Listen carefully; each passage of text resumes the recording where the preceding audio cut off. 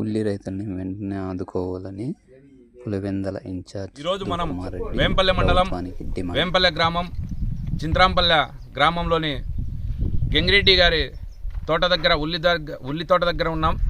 ఈరోజు ఉల్లి పాకానికి వచ్చిన కోయలేని పరిస్థితుల్లో రైతులు ఉన్నారు. ఎందుకంటే దీనికి గిట్టుబాటు ధర లేదు. ఇప్పుడు 8 రూపాయలకు విక్రయిస్తున్నారు. అంటే క్వింటా 800 ఉంది. మేము కాంగ్రెస్ పార్టీ తరఫున 3000 క్వింటాకు ప్రభుత్వం ఇచ్చి ఉల్లి రైతులను ఆదుకోవాలని డిమాండ్ చేస్తున్నాం. అదేవిధంగా రైతు సేవా కేంద్రాల్లోనే ఉల్లిని కొనుగోలు చేయాలా. అదేవిధంగా ఉల్లి రైతు కనీస మద్దతు ధరన కల్పించాలా. చంద్రబాబు నాయుడు గారు ఎప్పుడు అధికారంలోకి వచ్చినా రైతులకు కష్టాలు తప్ప కన్నీళ్ళు తప్ప వేరేది కనపరావడంలా. ఆయన రైతాంగాన్ని ఏం చేయాలనుకుంటున్నాడో అర్థం కావడంలా. ఆయనకు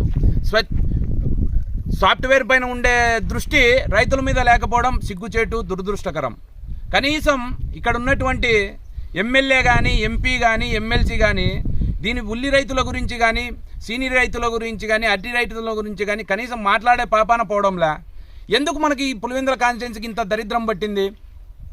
మీరు బయటికి రాండయ్యా, రైతుల పక్షాన పోరాడండి, మీ నాయకులను క్వశ్చన్ చేయండి. ప్రతిపక్షంలో ఉన్నటువంటి జగన్మోహన్ రెడ్డి గారు కూడా బయటికి వచ్చి మా ఎమ్మెల్యేవి నువ్వు క్వశ్చన్ చేయి, నువ్వు మీ పక్షాన ప్రజలు నిలబడతారు. నువ్వు ఎంతసేపునే ప్రతిపక్ష హోదా ఇస్తేనే నేను అసెంబ్లీకి పోతా అంటావు. అసెంబ్లీకి పోయి ఇట్లాంటి సమస్యలు చెప్తేనే కదా పరిష్కారం అయ్యేది.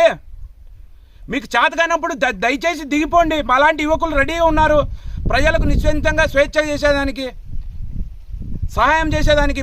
రైతుల పక్షాన మేము పోరాడతాం. కాంగ్రెస్ పార్టీ ఎప్పుడు పోరాడుతూనే ఉంటుంది రైతుల పక్షాన. మాది డిమాండ్ ఒకటే, ఉల్లి రైతులకు